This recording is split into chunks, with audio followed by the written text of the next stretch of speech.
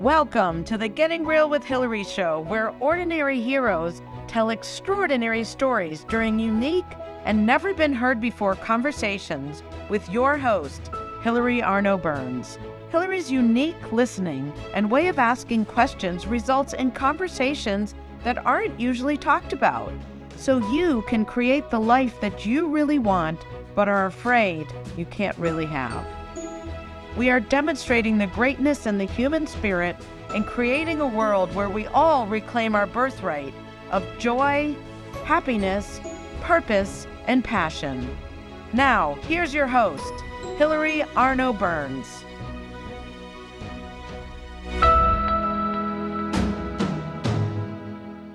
Welcome to the Getting Real with Hillary show, and today we have a very special guest.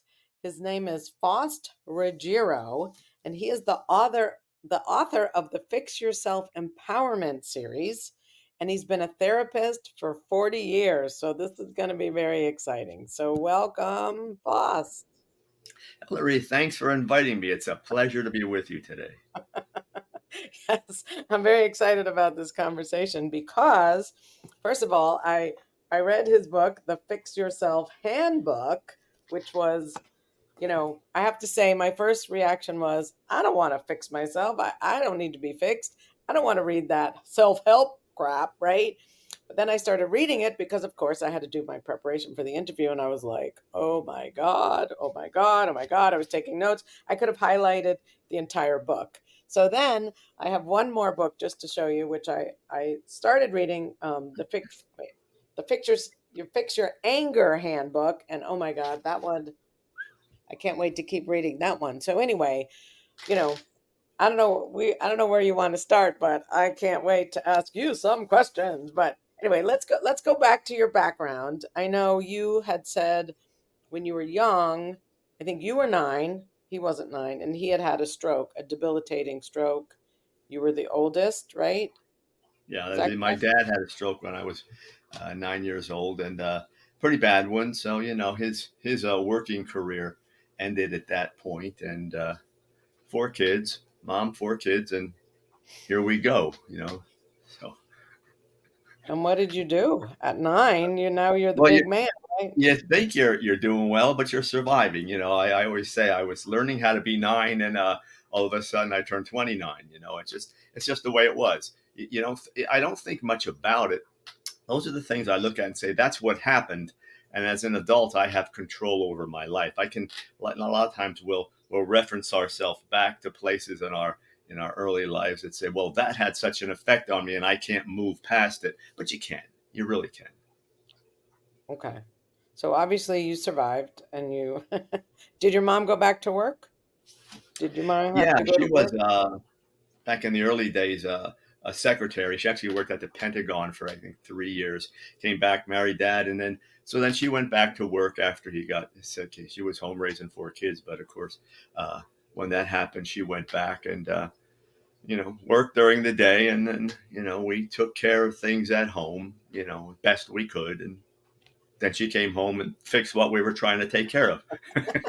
And was your dad like in a wheelchair? Was he No, there? he was up and about. In fact, we had a relative that owned some businesses, so he went and did some things with him. He could get around and do some things. So he did work a bit, but nothing like he did before. He was a civil engineer that worked for the Department of Highways in Pennsylvania. So he was really had a good job until that happened. Okay. All right. So obviously you went to college, and did you decide to be a therapist? Like, when did you decide? What I made you knew that. decide? I knew what I wanted to do. I was pre-college days when I knew high school. I knew pretty much that psychology would be what I studied. I wasn't sure what I would do with it once I got there. But once I got there and started doing the clinical work and did some internships, and said, okay, fine, this is me, and graduated way back in 1979. Before most of your listeners will have been born. and Oh, and then worked in clinics and in a prison and hospitals, things like that, and then finally went to private practice. and what when you say you knew it was for you, do you mind? I'm just curious for myself, like what? Because I went, thinking psychology, and then we had the monkey class or the class about the animals, and it was like everyone quit then. Like, what made you continue with it? Well, Past the with me, I found every aspect of it fascinating. I've always found people fascinating. You get to know a person, and then as you do, a layer comes off, and then another one, and then you realize this person can go deeper and deeper, and if you're willing to, you can go with them. So that it was very natural progression with that type of an interest and those kinds of skills. I mean, you're born with some skills, I think, and the way my brain works is to attach to someone else's, and just keep going deeper. So you went out and got the training, did all the things that you do, so that you do it right. I mean, if you're going to counsel people, you're talking about a lot of years of training to do it properly. There's a lot of people out there that think they can take a class and get a certificate and go online and save the world. That's not going to happen. Those of us that know better, we know we took the time. We took the internships and the clinical direction that we needed. And so we did all that and said, okay. And that as you do that, the more you do, the more you're interested you become, the deeper it goes. So you're on the right track. So I knew all that. That's exactly where I was going to go. And where do you think, I mean, it might not be a good question, but where do you think you got, I mean, how were the prisons in terms of your learning? Do you think you got a bunch more there that you might not have gotten out in Well, I terms think of people any or venue, any venue has its lessons to teach, and the prison had its.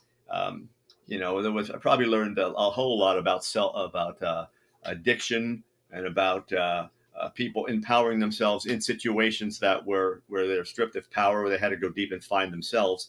So it was a very you know very a good thing for me just to be able to say, well, I'm going to be a piece of that with you.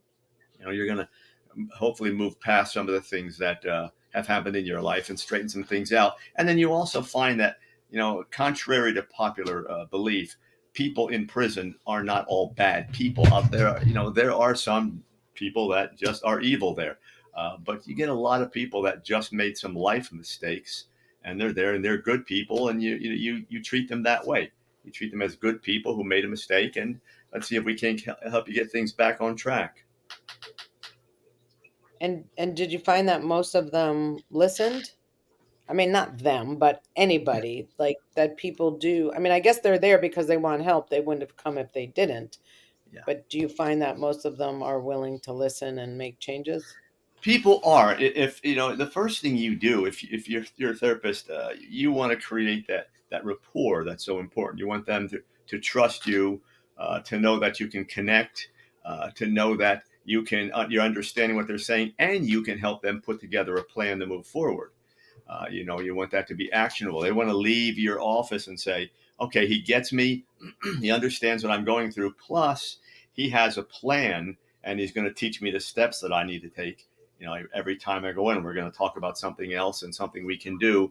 And so it's not just me going and getting information and venting. I'm also leaving there with some things I can do to straighten my life out or make some changes.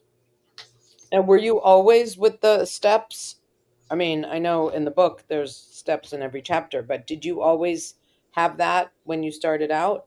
Yeah, my Yes. opinion, Hillary, my opinion is you can throw all the information at a person you want to, but if you don't give them uh, action steps, things they can do with that, they get stuck. Uh, my biggest gripe about self-help and all the people that are doing interviews and podcasts is that they're giving people tons and tons of information and then nothing to do with it. Okay, here's all the information, and they'll say, okay, great. I have all this stuff. I have no idea what to do with it, where to start, how to organize it, how to follow through on the plan. What happens when when I fall back a little bit? So my writings and my teaching, my counseling is always about let's provide the information so you understand it, and then let's give you the things you need to do so you learn how to turn that information into action. Hmm. That's good. I mean, you're right. When I hear a lot of information, I'm just like, all right, that's too much, and I leave overwhelmed or at best confused. So You know, this, yeah. you and I were talking earlier in the week, and you said, it's a lot of times people will, as they get towards the end of the interview, a lot of people say, well, they're after 30 minutes, 30, they start to ease off, people will check out. And I said, the analysis I get from people I interview with say that doesn't happen on my interviews. And I think the reason for that is they're waiting for more action steps. I say, okay, Mm, fine. We're getting all this information. Now he's saying, do this. What's he going to say about this? How can I do this? So they're holding on because people will do that if they think there's something they can walk away with that they can use. When it comes to this type of counseling and all that information that we're giving people, if you can use it, people will listen. They'll listen as long as you want to talk, as long as they're getting something they can use. mm, okay. Good to know. I'm writing that down. So what, all right, well, where do you want to start? Maybe we should start giving them action steps. I mean, I can pick out the things. Well, I just have to ask. This book is so I mean, it's sequential, it makes sense, you know, it's like full. It's like perfect. You know what I mean? Like how did you just write it like boom it came out, or did this take a lot of No, work of rewriting the, and stuff? the first Just one was such a a lot. great Yeah, the yeah. first was a lot of work and a lot of research to do it. I wanted to first come up with a design that people could use and make sense with. And so the first thing you do is you go and you do the literature review. What's everybody writing? And I looked and I said, okay, a lot of it's good stuff, but every time I walked away from these books, I said, they're not telling them how to do it. They're giving them Mm, lots of information. So the first thing I wanted to do was make sure I told people how to do things. The second thing I wanted to do was to keep the chapter short.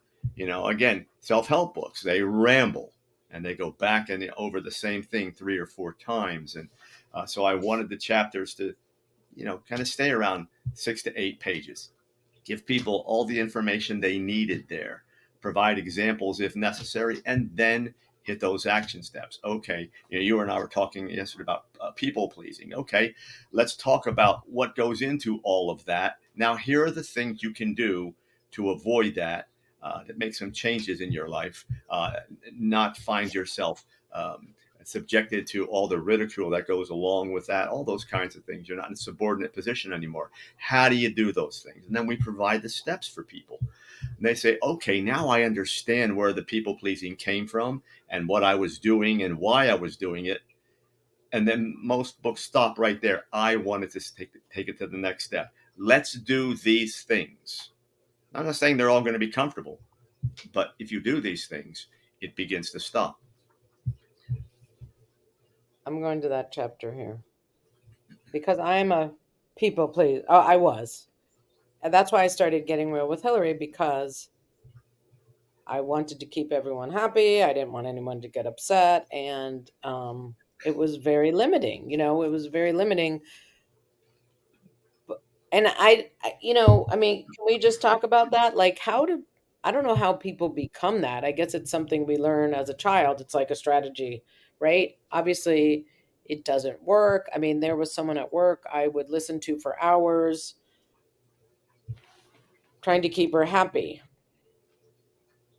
She wasn't. You know what I mean? She would get mad anyway and manipulate me and control. Right. And Right. it wasn't a good strategy. And only when she left my area and I wasn't working with her anymore did I realize how toxic it was, how exhausting it was. My kids were looking at me like, why, mom, why are you doing that? And I was like, it's my job.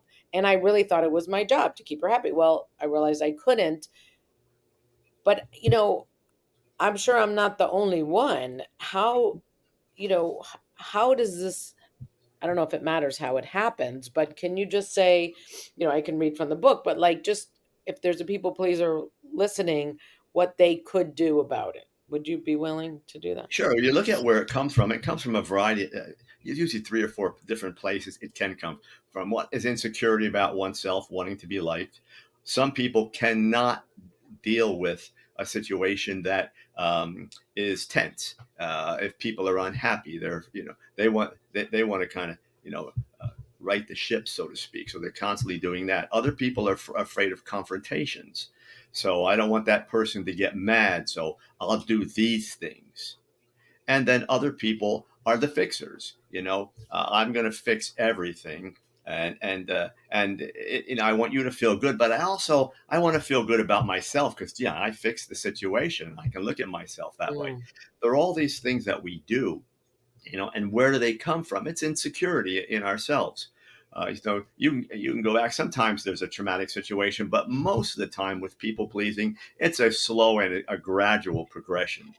We start doing that when we're young. We can see people pleasing, in kids when they're 4 and 5 years old, as they're instead of asserting themselves, they're acquiescing. They're going back and they're making sure things are okay. Sometimes people will come out of home situations that are difficult, and as kids maybe mom and dad fight a lot and they decide they're going to play the role of fixing that, or a divorce is happening and they're going to fix those things. Illness happens, I'll fix that.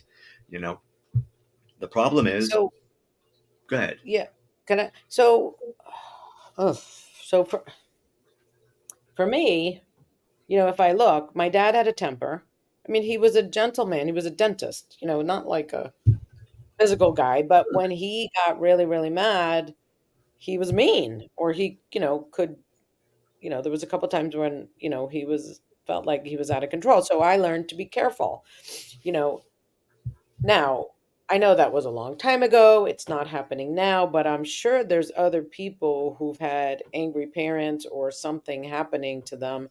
And that was the strategy that made them feel safe, right? Like that. I was like, I learned you don't get dad mad. So, I wasn't going to speak up. I wasn't going to say anything. I was going to try to, stay under the radar and do whatever I could to not get like, verbally abused or whatever. So that, I guess it's only, I know I'm talking it through, but it's only after awareness that I could do something about it. Before that, it's just the way it is. I'm still like this, even though I'm not 5 anymore, right? So, what would you recommend for people? I know, read the book, and there's a lot of stuff there, but just it's kind of ingrained. It's like physical almost. Like, what do you recommend for that? I'll be quiet. The first thing you want to look at is your ability to communicate and face situations that demand some confrontation. Confrontation does not mean you have to get in someone's face. It just means that you state your opinion. I always talk about boundaries and setting those boundaries before you arrive in one of those situations. You have the spouse who or even the dad who does that. Well, I'm going to set my boundaries. The boundary doesn't have to mean I'm going to get in dad's face or I'm going to yell back at dad or tell him he's wrong. It might mean, you know what? I'm not going to get involved in this. I'm removing myself from this. He's not going to force me to do anything. He's dad. He might say, "All right, clean your room," that type of thing. But unless there's abuse in the picture, and as long as you're safe, you set boundaries, and you do that with people who and that you're trying to please someone because your body tenses. You can feel that every time and your mind knows I'm doing something that I don't want to do. I should have spoke up. That's one of the things that really comes out. I should say something, or after it's over, I said yes when I should have said no. That's a big one for people pleasing. If you're getting those types of signals, then your boundaries aren't where they need to be, and you're probably afraid that if you say no, they scream and yell. They're mad at you. They turn the place upside down. And you know what? I always tell people, reference it like this: you have a 5-year-old. You go into the store. That child wants candy or a toy. You say no. They throw themselves on the floor and kick their feet. And I okay, and you're going to give them the candy so they don't do that. You're training a 5-year-old to be that way. Mhm. It's the same thing with an adult. What are they going to do? If they're not going to hurt you, then let them be mad. They're going to get over it. They need you. You've been people pleasing them. You've been serving their needs. At this point, I say, let them get mad. Do you mind if I use that thing? I want to use your computer. Oh, no, I'm in the middle of something. I'm writing a report. I'm doing a project. No, not now.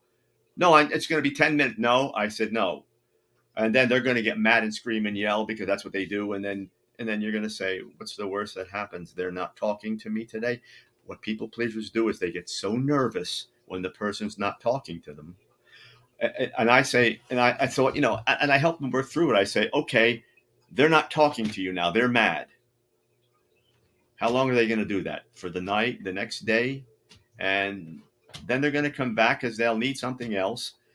What are you worried about? Are they going to hit you? Are they going to throw you out of the house? What are they going to do? They'll be mad. And I just hate when things are so uncomfortable. I said, well, they're going to be uncomfortable either, regardless. You're going to give them their way and you're going to be uncomfortable for being stepped on again, or you're not going to give them their way and they're going to get mad at you. Personally, I'd rather them be mad at me than be under their shoe. That's my way of looking at it. And it's training your brain to understand that they're going to get mad. That's okay if they get mad. What you're doing is what's right. You're doing a project on that computer. You don't want anyone to do anything, because if they lose the information, you have a problem. So, and the other part is simply, it's your computer. You control the computer, not them. They may ask you and you may say no, maybe an hour from now, tomorrow, yeah, but right now I can't. And they should be able to respect that. And if they can't, it's their problem. They'll either have to go get themselves a computer, find another one, or wait till you're done. They have no options. Are they going to throw you out of the way and sit in your chair and say, too bad I got it? That may not be a safe situation. Okay, then you may have to think that through. And if that's the case, quite frankly, if they're like that, get out of there. I mean, I'd get out of that relationship if that's what you're dealing with. But You again, know, what are they going to do? They're going to get mad. It's okay. Let them get mad. so my fear, and I know it's dumb, and it's probably all of the fits into all the categories in the book, but like, my fear is, oh my God, they're gonna leave. Like, Because you didn't let them do something? yeah, that's like, like there's this Well, fear, and I let know me, it's irrational or whatever, but okay. that's like, what is that? I don't know what that is, except, Well, you know, here's my take on that is, if you are so afraid that they're going to leave, and if that is in fact realistic, why are you with them? Because you have to now, you really must perform all the time or be alone. I would just say, get the darn thing over with, and right? and No, you're you're right. going to survive. Yeah, You're right. so There the was other one thing is, person there was a person in my life who it was like, had to be very careful, obviously not a healthy relationship, but I was caught in it. So I was always, and then finally I got mad and I said something, and that was it. It was over. And I always thought that I had done something wrong until somebody said, "No, you did the right thing," so that he would leave, like, that was the right, but in my mind I had done it wrong. And I know it may sound crazy, but I'm sure I'm not the only one who's put up with bad behavior as a people pleaser. And I always wondered, like, why do we do it? It makes no sense. Or I could look at someone else and say, that makes no sense what she's doing, but then here I am doing it too. Or they stick with someone because they think they can't get better or whatever, put up with stuff. So I guess that's all part of it, right? Is it's not having all the part of it. boundaries and not, People pleasing, is one of those situations where I always advise people when I'm doing these kinds of interviews, get yeah, some help for that. Go talk to a counselor, because there's so many things that play into it. And we want to make sure you're safe. A lot of people say, well, just say no and get out. Oh, but well, yeah, but if it's not a safe place, you have some issues. Some people yeah, are not people pleasing. Yeah, it looks like that, but what they're doing is surviving. I better say this, I better do this, because if I don't, I'm not sure what's flying against the wall, and it might be me. So I always tell people, if that's the case and you can't stop people pleasing, get some help, because you're not helping you and you're not helping the other person, because while you're Right. fixing everything in their world, they're not acquiring the skills to do so. And why should they? Because you're their slave. So, you want to go back and just talk that over. It's not something Yeah. that's going to have you in counseling forever, but that's the kind of thing where you can really just uncover everything that's specific to you and your situation, and then get advice about that. Again, that works just for you, so you don't, no one misguides you without having all the pieces. Yeah. And for someone who, no, this is not me, but if somebody was in an abusive situation, why do you think they stay? Same sort of reasons? They're It's a little more afraid. complicated. Yeah. For some people, it's all they know. You mentioned before, I can't get anyone better, or I have nothing. If I leave here, I don't know where I'm going to go. Those are all real. And for some, the other part of this is, particularly in cases of abuse, believe it or not, the brain actually adjusts. The brain is a learning device that also it builds uh, uh, neurological structures, if you will, while we're learning. So they learn uh, to accept that kind of behavior. When they don't have it, they actually go into withdrawal from it. They'll leave the person, and they will oftentimes go back to them. And we're saying, are you crazy? You left there. Now you're going back, because the brain actually goes into a withdrawal kind of a state, and they're very uncomfortable when they're not in that environment. It may be abusive, but they know how to live in it. They know Mm, just what to do in it. It has all the boundaries and limitations where that in all the structure actually that their minds adapt to, and they stay there. So it's when I work with women, particularly who have been abused, and we want them to stay away, then we're training them to actually have their brains relearn some things mm. and go through that withdrawal period. And the abusers are all very adept at bringing them back, because they know what buttons to press and get that little addiction started all over again. Again, if you're doing that, get some help. Talk to someone, preferably someone that has training in that particular problem. And what would you say? I don't know if you could put a percentage on the number of people who are in that situation who can actually retrain their brain and get out. What would Most you people say? can. Most people can. But it takes time, and you have to be willing to make the change. It's unfortunate, but I always tell people I have job security because you people don't listen. And I say, when I say try this, Mm, do it and understand, and you'll see it in any introduction of the books I write. These are programs for life. If you think, welcome to the Fix Yourself in 10 Steps Club, that's not here. These are programs for life, and you got to keep on doing them. And if you mm. decide to slip back, then you know it's low lying fruit at that point. It's never good. So you want to be able to understand this as a lifelong endeavor, and be able to work on yourself and with yourself every day. So let's say somebody let's say they're reading the anger book and the anger is their thing, and I guess I've heard, and I don't know if this is what you're saying, that we can become addicted to certain emotions, and our that's what our body craves because it knows it. So let's say they're working through the book and they get good, they follow the steps and they're clear or they're aware. Are you saying that? I mean, I guess, what I've heard is like addicts or whatever, they can be doing really great and they'll hit some stress and they revert back, even though they might have had 15 years or 20 years.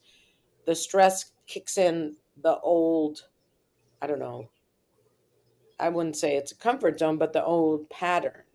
I mean, is it ever a time when someone can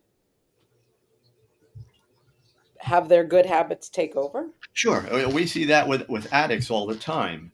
Um, they may have been involved in alcohol or another drug or any other type of addiction. I mean, it's not just those. Uh, can you change that? Yeah, you're going to pull away. You're going to have a program that you work with every day to retrain the way your brain works, and you're going to follow through on that. When it comes to addictive kind of things, and anger is one of those, anger can become very addictive.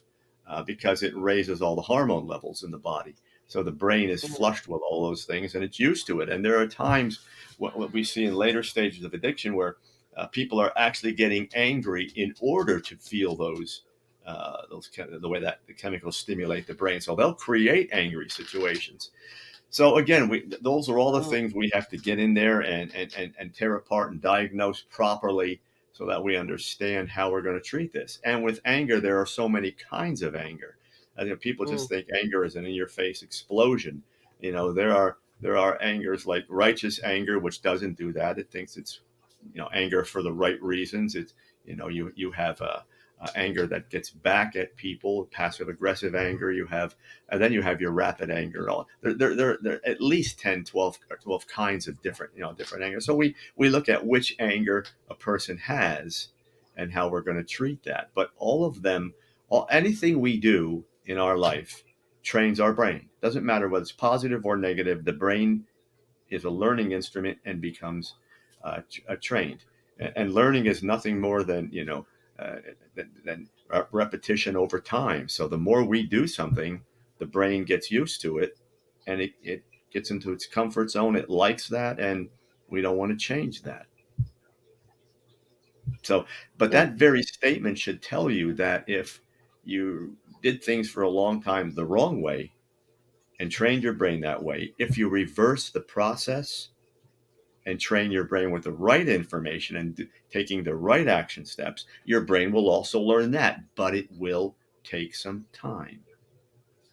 That's the key. And if you're willing to put that time in, it will happen. You'll get better. Yeah. So nobody is stuck with anything. No. So however you think your life is, it could be as different as you want, right?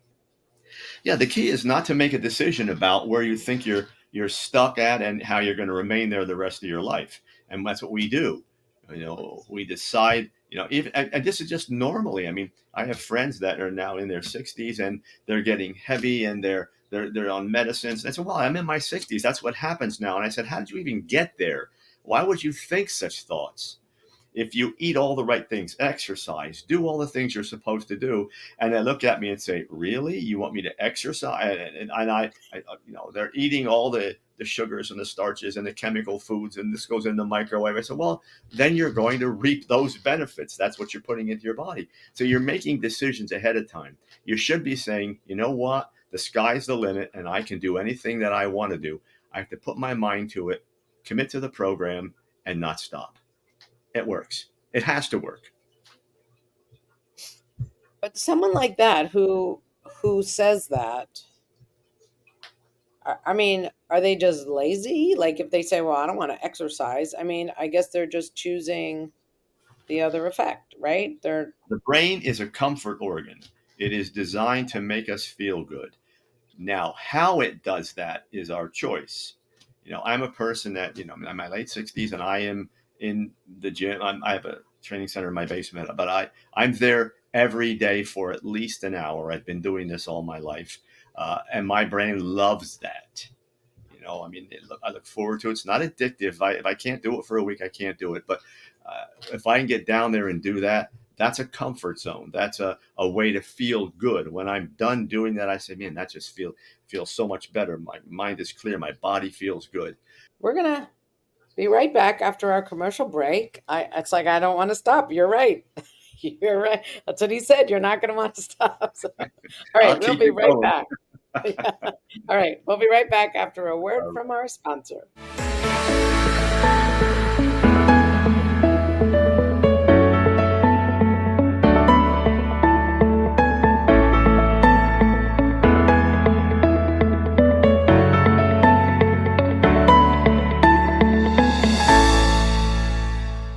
Has social emotional learning become just one more thing on your teachers' plates? Do teachers and students both find it boring and ineffective? Then bring Kikori to your school. Kikori transforms classrooms through experiential SEL activities that help students play, reflect, connect, and grow. Even better, students say it's more fun than recess. Schedule a no-obligation conversation at kikoriapp.com/bringkikori. KIKORI. Do you ever feel like you can't say what you really want to say? Or that you're stuck or in a holding pattern in your relationships, career, personal life, or finances? Are there things you want in life that you've given up on? Are you resigned that this is as good as it's going to get? If you answered yes to any of these questions, then Hillary Burns, host of the Getting Real with Hillary show, has the solution you need. Hillary is a published author of 3 books and has a program called the Getting Real process. This process frees you from what is holding you back, allowing you to create a life you love. Don't believe it? It is hard to believe that it could work, isn't it? The proof is that hundreds of Hillary's clients have used the Getting Real process and are now free to create whatever they want in relationships, career, finances, enjoying life, or just loving themselves more. So go to realtalkwithhillary.com and order Hillary's book, Real Talk, and set up a conversation.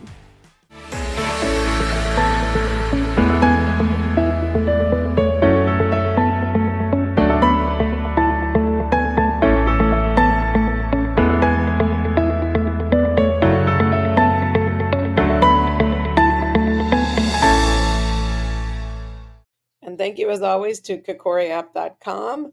If you'd like to bring, experiential social emotional learning to your schools, teams, businesses, go to kokoriapp.com and schedule a time to talk to them. It is really a wonderful process. We're talking about processes that get people connected, get your kids socialized, and have them just, feeling like a part of the community again. And also, I have my 3 books here.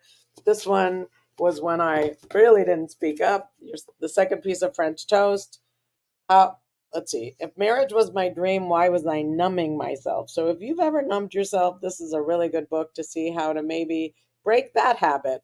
As we're talking about, this one was tools and techniques for getting back to what I call the right side of life, which is the happy, fun side, instead of the one where, again, we were talking about being stuck. I felt I was stuck on the other side. These techniques get me back on the fun side. And then this one, especially for people pleasers, how do you speak up? Well, it took me a while, but you can do it. And with this, you go to realtalkwithhillary.com, check it out, schedule time, and we will get you talking in a way that works. And now we're bringing back Faust Ruggiero to a fascinating conversation. And wow, so basically, yeah. So I work out every day too, and I always thought, well, maybe I'm obsessive or something, but it's actually a good habit. That's a good thing. But there was one at the very beginning of the book. You were talking about destination versus journey, and I think anything can become, I got to do it. I got to do it. I can't not do it. Like that kind of thing becomes another issue, right? I don't know if that's that section, but I certainly related to that, where, you know, I was trying to develop a second income for retirement, and I didn't, and I haven't yet. But that I felt like, I had failed, and I wasn't enjoying the journey anymore because that's just the way it was, again, until I became aware of what was going on. But I think there's a lot of people who want to get to the next thing at all costs. What would you say to them? Well, again, it's that day-to-day plan. When you talk about a journey and destination, we all have that in our heads. I like to get to that point, and when I get there, I'm going to feel good. But we're back to what's your plan. Those are those action steps I talk about. If you're going to, you have a dream, you have a desire, something you really want to do, you've got to have a plan that day by day gets you there. And that's that day by day living, whether you're fixing yourself, whether you're addressing issues in your life like people pleasing, whether you are trying to become a strong and more empowered person. What's your plan for getting there? Get there. To get there, you do it every day, and then you will realize that goal. But in the meantime, it's just a day-to-day journey you're on, and you have to work it every day. If you don't, then it's the amount of work you put into it that's going to get you there. If you decide to take time off, then you either slow down your journey or bring it to a halt. Those people that are committed, they get there.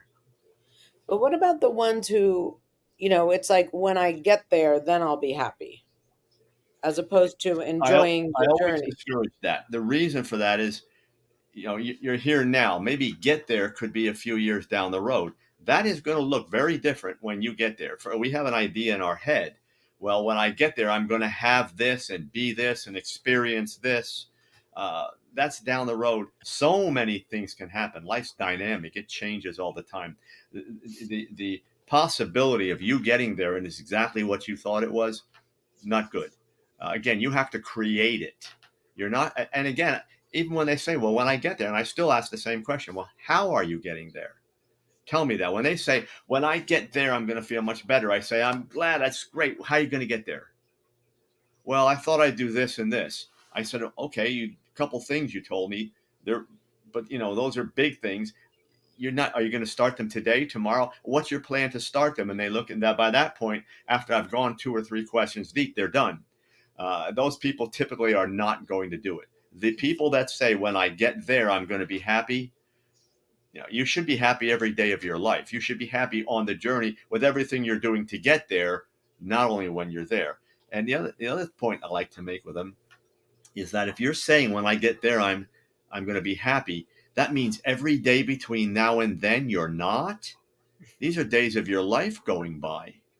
So, I say you program happiness and you make the journey, the things you're doing to get to where you want to go, you make that something that feels good. When I have people coming into my office, and you probably can see the way I am as I speak, I will joke, I'll have a good time with them. We'll get down to business. They'll laugh, they'll cry, whatever it may be. But we are going to put the journey in place, and we're going to make that happen. And my advice to them is always learn how to enjoy the work.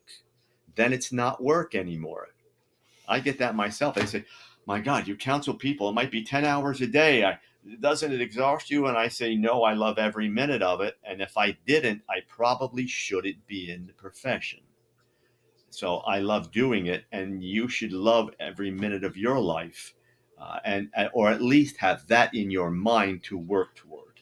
And you're going to get challenged. We all are.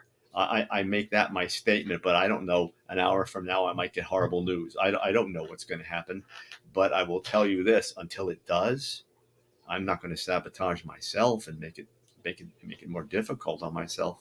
That doesn't make any sense. Right. Okay. Thank you. And all right, here's a big one. Well, there's a bunch. There's so much I could ask you about, but this one, when you had the story about the 2 people on the date, and the girl, has gone through the process. She's secure in herself. It doesn't matter whether she likes him or not. She's just there to have a good time. But the boy, I forget his name, was all nervous. Does she like me and all that kind of stuff? And I related to that because yeah, it was all about that. So, but I could see the way you were talking about it, and I don't remember the chapter, but when you're secure in yourself, you don't need them to like you. When you're not, it's like you need it. You need it to be okay. I think I spent a lot of my years that way. What would you like to tell us about that? Now, we're really But I talking think about there's empowerment. yeah, Go ahead. I think there's a lot of, especially women, when they go out on dates, they're really, I'm not going to say desperate, but like that relationship is going to save their life. That's what they're looking for. That, you know what I'm saying? And I think it's not healthy and it doesn't work. So, okay, No, go it ahead. doesn't. You should be comfortable with yourself before you go into a relationship with someone else. The chapter talks about being balanced, being able to physically, emotionally, intellectually, even spiritually have a balance that, where you feel good about yourself, where your emotions aren't overriding the way you should think, where your brain has clarity of thought, where physically you're not excited and agitated or anxious, where spiritually, if you can connect with what's inside, more the essence, your soul, whatever you want to call it, those things work for you. And my goal is to get people to the point that they feel as though they are complete. I don't need you to complete me. I want to appreciate my time with you. I want to say I thoroughly enjoyed being with that person. Maybe I can't even wait to be with them again. It's so much fun. But if it's not there, I'm going to move on with my life and I'm going to be okay. And if it's the first date and it works out and we want to go to a second date, that's great. And if we don't, that's okay too. I don't mind. I'm going to be just as happy. And that's the way you should be going into situations, not only dating, but anything in your life. If your life so depends, I mean, I see this with social media, with cell phones. Oh my God, my whole life is on there. Seriously? Your whole life is in your brain. It's the way you think and the way your emotions work and your soul. That's you. That's the person, not that mechanical device. That's not who you are. But we put ourselves into other people and other things, and then we wonder why things don't work out, because the bottom line is we relinquish our control to other people and other things. We have to maintain our own control. You don't have to be nasty about it, but matter of fact, this is the way I am. This is how I think. This is what I'm going to do. Where do you think that comes from? I mean, it feels like it's everywhere. I don't think it's one or two people. I think it's rampant. You know, uh, and it There's seems always so logical what you're saying. I mean, it does. Of course, I'm complete by myself, but it, I could feel that way, and then something could tip me over into, that insecure self again or something like. And I know it's processes, it's time, it's practice, but it seems like, especially with kids, you know, they they want to be cool. They want to be, except, there's so many other things running the show than being complete with themselves. and you So, just got to the heart of the matter.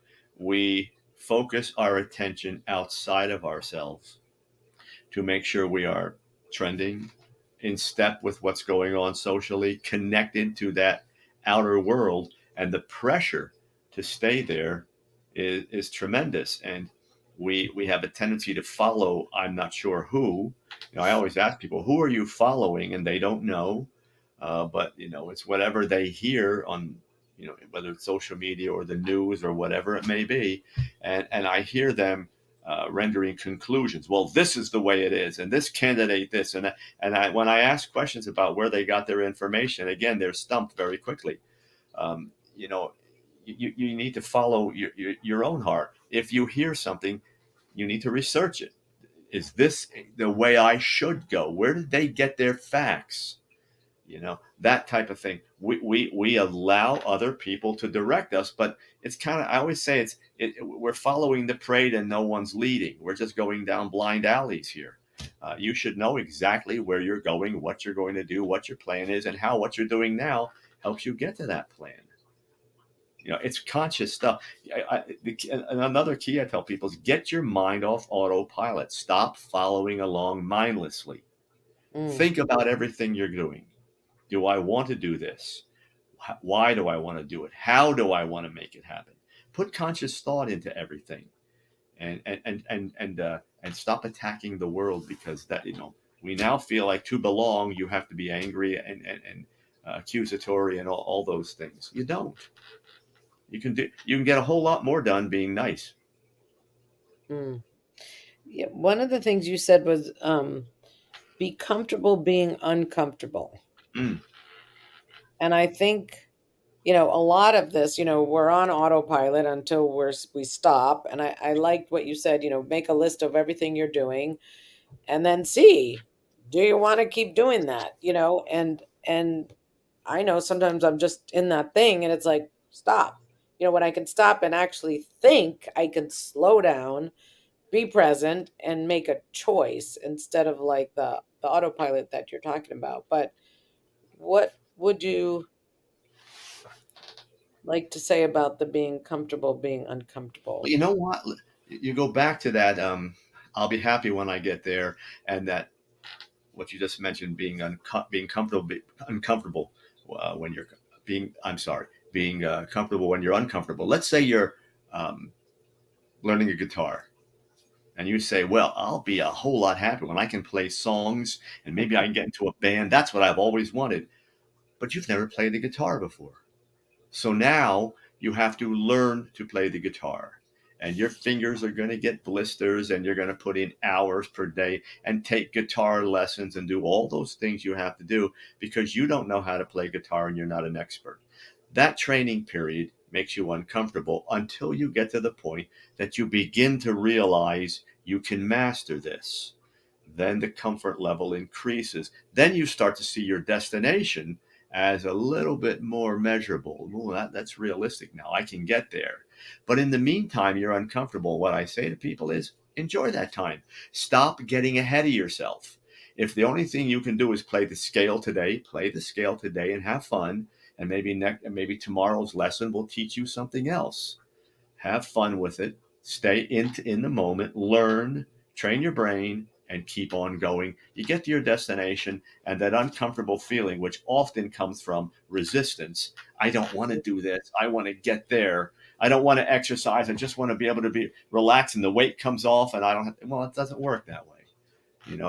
Everything has a training period, and that's uncomfortable. So, when you can learn to accept that, not resist it, not complain. Complaining is one of our worst enemies. I always say people who complain, it's so easy to control people that can complain because all they want to do is get something. They want a quick fix real fast. Take your time, work your steps, get to where you have to go. You will get there, but enjoy the process.